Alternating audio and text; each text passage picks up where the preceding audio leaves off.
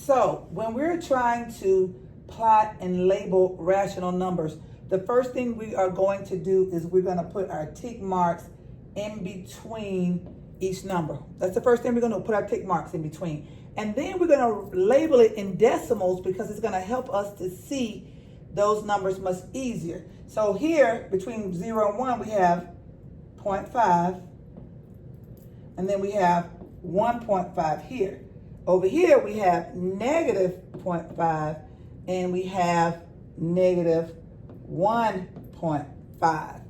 That's what we have so far as we're labeling the numbers. Then we're going to change each fraction to a decimal, so that will allow us to see where to put it on the number line much easier. So we have negative 3 divided by 2 gives us negative 1.5. And then we have 5 divided by 8 gives us 0.625. Okay? And then we have 5 divided by 4. That gives us 1.25. And then we have 1 divided by 4. That gives us 0.25. And then we have negative 3. And you can put it in the calculator just like that. Negative 3 divided by 4. And then that gives us negative 0.75. So then when we're looking at where to place these numbers, we look at the decimal to help us place it, but we write the original fraction on the line. So here, negative 3 halves is negative 1.5. So I'm going to look at my number line. I'm going to find negative 1.5, which is right here.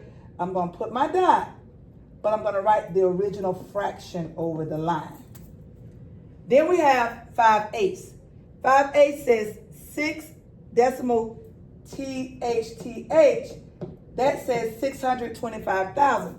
Now we know if we're looking at, we think of it as money, it would be, we would round it off and it would be 0.63, because you can't, in money it would be 63 cents. So if I'm looking at this and I'm looking at it as money, I see 0.5, which is 50 cents. So this would be technically 63 cents. So 0.5 is less than this. So that would fall about right here, and I would write 5.5, 5/8. Now I have 5/4, which is 1.25.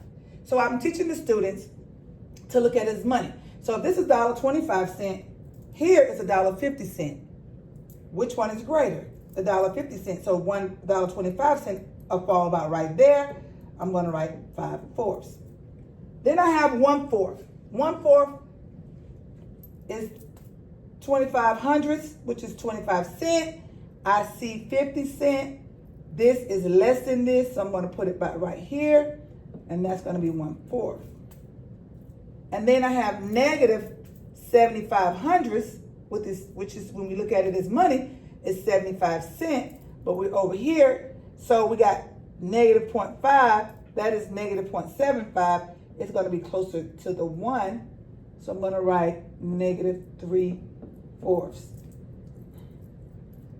Negative 3/4 right there. So what we're doing is we're turning every fraction into a decimal first. And we do that so we could see it easier on the number line. And then once we plot it, we label it with the original fractions. Okay?